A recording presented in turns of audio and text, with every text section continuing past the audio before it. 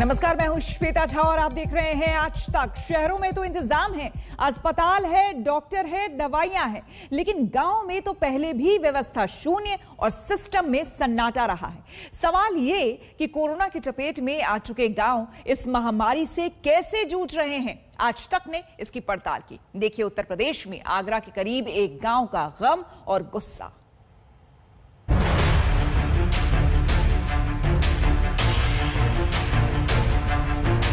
जहां स्वास्थ्य विभाग की टीमें पहुंच रही हैं, आज तक की टीम भी वहां पर पहुंची हुई है।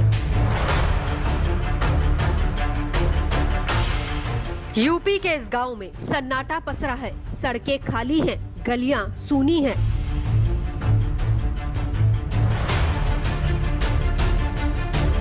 गांव में कोरोना की घुसपैठ की पड़ताल करने आज तक संवाददाता जितेंद्र बहादुर सिंह जब आगरा की कुरगमा गांव पहुंचे तो उन्हें हाहाकार और चीत्कार की तस्वीरें दिखी। उन्होंने एक एम्बुलेंस देखी और एक मरीज की दहला देने वाली हालत देखी। कुरगमा गांव में जिस तरीके से कोरोना संक्रमण तेजी से फैला है, अब आप देख रहे हैं कि यहाँ पर जो बुजुर्ग व्यक्ति हैं, इनको पिछले काफी दिनों से बुखार आ रहा था। इनकी टेस्टिंग भी हुई। टेस्टिंग करने के बाद ये पता चला कि ये कोरोना पॉजिटिव हैं और अब इनको यहाँ से आगरा मुख्य अस्पताल ले जाया जा रहा है, क्योंकि इनकी हालत इस वक्त काफी खराब है। आप देख रहे हैं कि एम्बुलेंस में इनको इस वक्त बैठाया गया है और इनके परिवार के सदस्यों ने इनको बैठाया है। गांव में जिस तरीके से लोग अस्पताल नहीं जाना चाहते हैं, ये एक सबसे बड़ी समस्या है। जी हाँ, ये यूपी का ही गांव है। वही यूपी जहां चंद दिन पहले पंचायत चुनाव हुए थे। अब उसका असर गांव-गांव में दिखने लगा है। इन गांव वालों की माने तो 20 दिन में 15 लोग अपनी जान गंवा चुके हैं और कोरोना का शिकार हुए हैं। इलाज के इंतजाम के नाम पर स्कूल को आइसोलेशन सेंटर में तब्दील कर दिया गया है, जहां आपको मरीजों के साथ साथ व्यवस्था भी चारपाई पर कराती नजर आएगी। आगरा से 40 किलोमीटर दूर कुरगमा गांव में कोरोना संक्रमण का इतना ज्यादा कहर यहां पर बरपा हुआ है कि लोगों की जब टेस्टिंग की गई तो उसमें से 27 लोग कोरोना पॉजिटिव हो गए हैं। इसमें से बहुत सारे लोगों को आप देख रहे हैं कि आइसोलेशन सेंटर में रखा गया है और ये आइसोलेशन सेंटर कोई यहाँ अस्पताल नहीं है। सिर्फ और सिर्फ प्राथमिक विद्यालय कुरगमा विकासखंड एतमादपुर ये लिखा हुआ है और यहाँ आप देख रहे हैं कि जो लोग चारपाई में इस वक्त लेटे हुए हैं, ये वो सारे लोग हैं जिन लोगों की कोरोना पॉजिटिव की रिपोर्ट आई है। यूपी के मुख्यमंत्री योगी आदित्यनाथ कोरोना से जंग में मुस्तैदी दिखा रहे हैं। इलाज के पुख्ता इंतजामों का दावा किया जा रहा है। पूरे देश और प्रदेश के सामने भी एक चुनौती प्रस्तुत की। वर्तमान में हम इस सेकेंड वेव को फेस कर रहे हैं। स्थिति वर्तमान में नियंत्रण में है। मुख्यमंत्री के ऐसे दावे की सच्चाई आपको गांव में दिख जाएगी। यूपी के गांव में भगवान भरोसे व्यवस्था की असलियत। एक गांव का हाल तो आपने देख लिया। आज तक संवाददाता जितेंद्र बहादुर सिंह जब करीब के दूसरे गांव बमरौली कटरा पहुंचे तो वहां क्या देखा, आप भी देखिए। 25 से 40 हजार जनसंख्या वाले इस गांव में लगातार दहशत का माहौल है। ये बमरौली कटारा है।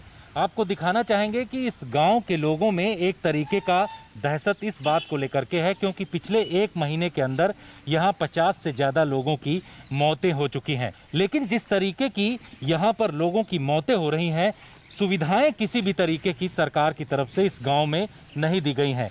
इतनी जनसंख्या वाला ये गांव है और इसमें आपको दिखाना चाहेंगे कि किस तरीके से जो सामुदायिक स्वास्थ्य केंद्र यहाँ पर बनाया गया है उसकी हालत क्या है। यहाँ सामुदायिक स्वास्थ्य केंद्र में जितने भी कमरे हैं, आप देखिए हर एक कमरे के आगे ताला लटका हुआ है और किसी भी तरीके से यहाँ पर ना तो ये ताला कभी खुलता है और ना ही यहाँ कोई डॉक्टर बैठता है। हालांकि गांव वालों की तरफ से जो जानकारी मिली है, यहाँ बाकायदे डॉक्टर और नर्स अपॉइंट किए गए हैं, लेकिन वो कभी भी यहाँ पर नहीं आते। ये गांव आगरा से सिर्फ 12 किलोमीटर की दूरी पर है और वहाँ का अस्पताल खुद मरण सत्र है। 35 से 40 हजार आबादी का ये हमारा ग्राम पंचायत है पूरी।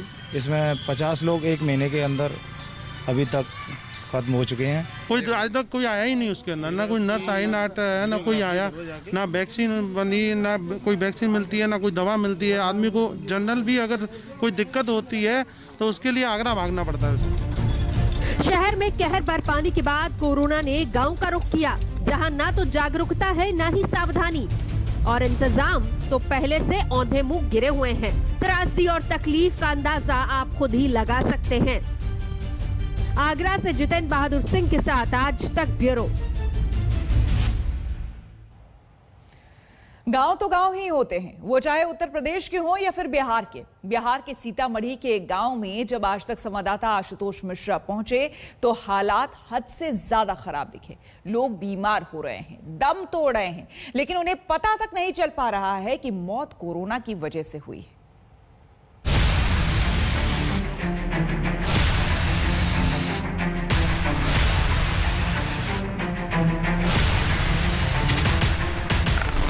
का कुछ लक्षण होना ना चाहिए। नहीं, ऐसा नहीं है। यानी 100 में से 90 लोगों को कोरोना का कुछ लक्षण नहीं है। सबको डर है। डर लेके आप क्या कीजिएगा? डर लेके आप क्या कीजिएगा? आप चिल्लाते रह गए, कोई ऑक्सीजन नहीं दिया। बताइए किसको, जिसको मरीजी था उसको इलाज के लिए। सीतामढ़ी के इस गांव ने हार मान ली है। ये मान लिया है कि कोरोना से इस लड़ाई में उनका कोई मददगार नहीं। लोगों ने खुद को ऊपर वाले और किस्मत के हवाले कर दिया। कोरोना के लेकर के स्थिति, तो कोरोना का तो यहाँ कोई चर्चा ही नहीं था अभी तक में जी। लोग बूढ़ पुरान लोग मरे हैं। कितने लोगों की मृत्यु हुई एक हफ्ते में? एक हफ्ते में लगभग 4-5 गो आदमी मर चुका है, बूढ़ पुरान। कोविड थे या बुखार था या क्या? खांसी बुखार दम फूलने से मरा है 8 लोग। कितने दिनों में? एक सप्ताह के अंदर। एक सप्ताह में? जी जी जी। इलाज मिल पाया था? पहुंच पाए थे सीतामढ़ी? रास्ते में भी दम तोड़ा है। रास्ते में? हाँ, रास्ते में एक आदमी रास्ते में एक टेस्ट। आज तक संवाददाता आशुतोष मिश्रा जब इस गांव पहुंचे तो हालात रोंगटे खड़े करने वाले थे। गलियों में कीचड़ ही कीचड़। सफाई के नाम पर स्प्रे करने की रस्म अदायगी हो रही थी। विभाग की ओर से गांव-गांव सैनिटाइजेशन का अभियान चलाया जा रहा है, तो ऐसे में स्वास्थ्य विभाग के कर्मचारी जो हैं सैनिटाइजर लेकर के यहाँ वहाँ छिड़काव कर रहे हैं। और ये कदम इसलिए उठाए गए, हालांकि इन कर्मचारियों को भी पीपीई किट नहीं दी गई है। रेनकोट पहन के घर मकान दर मकान अलग अलग गलियों में जा करके ये कोशिश ये कर रहे हैं, सैनिटाइजर कर रहे हैं। इसमें है क्या मशीन में आपके? सैनिटाइजर है और मेरा नाम नहीं पता है उतना। अच्छा, तो ये कहाँ ले जाते हैं आप, किन किन घरों पे? चलते छिड़काव कर रहे हैं घर में, द्वार पे, दरवाजा में, सड़कों पे, जहाँ जहाँ गंदगी है वहाँ वहाँ पे छिड़काव। हर कोई करवाता है? हर कोई करने देता है आपको? आने देता? हाँ, करने देता है। जब संक्रमण ने पूरी तरह इस गांव को अपनी चपेट में ले लिया तो स्वास्थ्य विभाग की चेतना जागी। जांच टीम गांव आई और जब टेस्ट होने लगा तो एक के बाद एक गांव वाले पॉजिटिव निकलने लगे। सीतामढ़ी जिले के सोनबरसा इलाके में है और यहाँ गांव में जो बसंतपुर, माफ कीजिएगा, बसंतपुर गांव है और बसंतपुर गांव में स्वास्थ्य विभाग की टीम पहुंची है। ये दरअसल एक अच्छी तस्वीर है कि महामारी अगर फैली है तो गांव में सरकार ने ध्यान दिया है। लेकिन इस डायरी में अगर आज 60 टेस्ट हुए हैं, 8 लोग संक्रमित निकले हैं। आप ये समझिए कि प्रतिशत क्या होगा। लोगों का कहना है कि लगभग 20% आबादी ऐसी है जिनके अंदर संक्रमण या उसके लक्षण है, बुखार है, सर्दी खांसी है, और डर के मारे लोग आना नहीं चाहते टेस्टिंग कराने। एंटीजन टेस्टिंग यहाँ पर हो रही है। हालांकि एक बड़ी संख्या में लोग निकले भी हैं टेस्ट करवाने के लिए, लेकिन आप ये समझिए कि 55-60 टेस्ट में अगर 8 लोग संक्रमित निकले हैं, वो भी एंटीजन टेस्टिंग में, तो संक्रमण की दर बिहार के ग्रामीण इलाकों में, गांवों में क्या होगी? ये वाकई स्थिति विस्फोटक है। ये तो बानगी है, घर घर बुखार और खांसी की सुनामी है, लेकिन लोग डरते हैं, जांच कराने से झिझकते हैं, इसीलिए घरों से नहीं निकलते और कोरोना को दिन दूनी रात चौगनी फैलने का मौका देते हैं। सबको डर है। डर लेके आप क्या कीजिएगा? डर लेके आप क्या कीजिएगा? आप चिल्लाते रह गए, कोई ऑक्सीजन नहीं दिया। बताइए किसको, जिसको मरीजी था उसको इलाज के लिए कोई भर्ती नहीं किया वहाँ पे? बताइए, ये सब क्या कीजिएगा? मास्क वास्क पहना कीजिएगा। ये सब क्या कीजिएगा लेके? आपको भी है फीवर? जी, एक हफ्ते से। टेस्ट क्यों नहीं करवाया आपने? टेस्ट की सुविधा है ही नहीं, तो टेस्ट नहीं, आप तो गांव में हो रही है, टेस्टिंग वाले आए हैं। आए हैं तो अभी पता नहीं चला। गांव में है, स्कूल में है, टेस्टिंग के लिए जाइए, करवा लीजिए। अभी जाकर करवा लेते हैं, खबर नहीं होता है, पता नहीं होने देता है। आपको भी बुखार है? जी, हम एक हफ्ते से बुखार है, दवाई ले रही हो, सही हो जाए। बुखार है और जुकाम भी हो रहा ना, खांसी इतना होता है ना, बलगम भी उसमें बहुत आती है। इस गांव में आकर आज तक संवाददाता आशुतोष को यही लगा कि कोरोना को लेकर अज्ञानता का अंधकार ज्यादा है, दहशत इलाज पर भारी है, इंतजामों का टोटा है। ये बिहार के ज्यादातर गांवों का हाल है। सीतामढ़ी से आशुतोष मिश्रा के साथ आज तक ब्यूरो।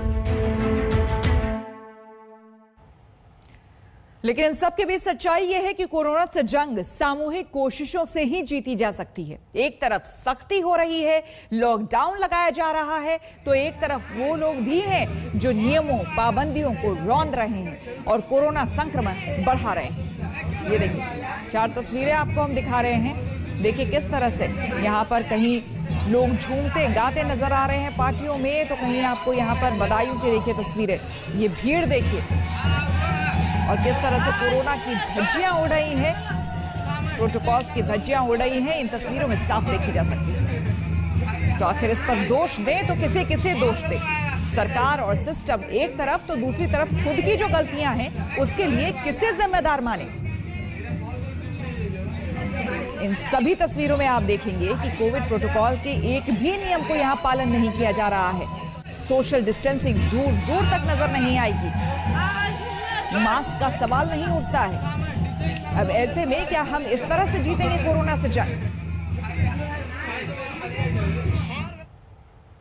आपने लॉकडाउन तोड़ने वालों की भीड़ देखी, अब हम आपको एक और भीड़ दिखाते हैं। ये वैक्सीन सेंटर की भीड़ है। जी हां, उत्तर प्रदेश के गाजियाबाद में एक टीका केंद्र पर भीड़ देखकर आप हैरान हो जाएंगे।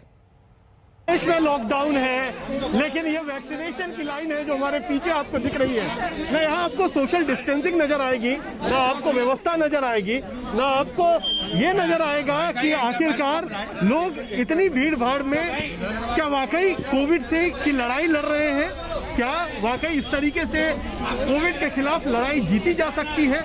ये मुश्किल है, क्योंकि कई लोग हैं यहाँ पे। आप लोग कितनी देर से खड़े? हम भी 8 बजे आ गए थे सुबह और अभी लगभग 11 बजने जा रहे हैं। 3 घंटे हो गए। कोई सूचना कैसे क्या होगा? नहीं, क्या कहते हैं, थोड़ा सा सिस्टम तो बेकार है। ऊपर से गलती लोगों की भी, आप देखोगे यहाँ पे कोई भी सोशल डिस्टेंसिंग नहीं है। ऊपर से पुलिस भी है, लेकिन वो भी कुछ नहीं कर रहे हैं। कुछ नहीं कर रहे हैं, पुलिस भी कुछ नहीं कर रही है। आपको दिखाएं कि कैसे असहाय है पुलिस। एक जो सिपाही हैं वो यहाँ पर खड़े तो हैं, लेकिन यहाँ पर सीनियर सिटीजन लाइन में लगे हुए हैं। किस तरीके की व्यवस्था है? भाई साहब, व्यवस्था 50-50 है, कह सकते हैं। कुछ व्यवस्थित है, कुछ अव्यवस्थित है।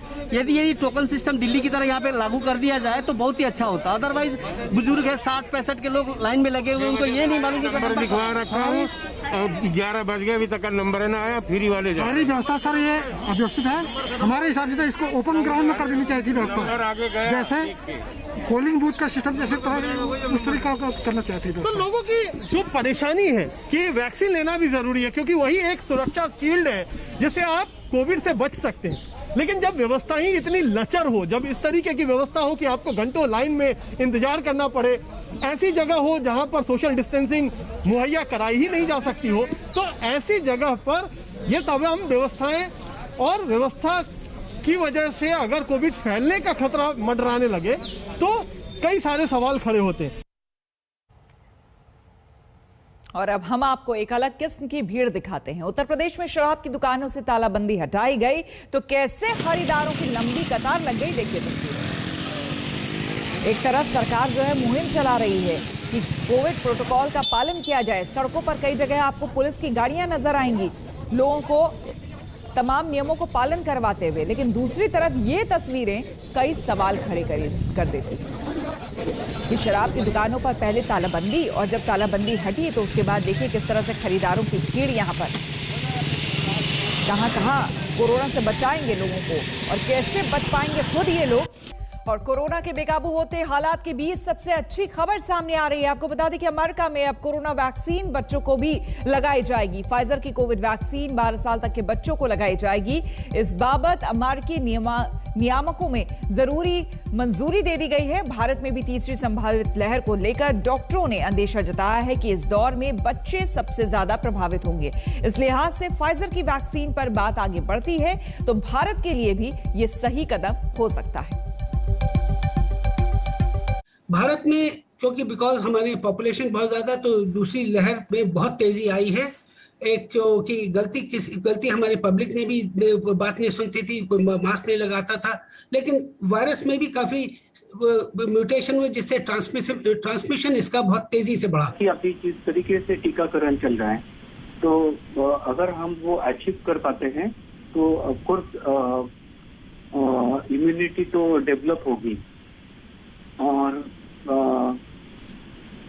पर जैसे ही हम आगे बढ़ेंगे तो जो तीसरी लहर है तो वो किस स्वरूप में आएगी ये फिलहाल बोल नहीं सकते हैं हम। आज की डेट में इंडिया में जो सेकंड पीक देखा जा रहा है ये बहुत ही भयावह है। हर जगह ये देखा गया है कि सेकंड पीक फर्स्ट पीक से बड़ा रहा है, लेकिन ये कुछ ज्यादा ही है।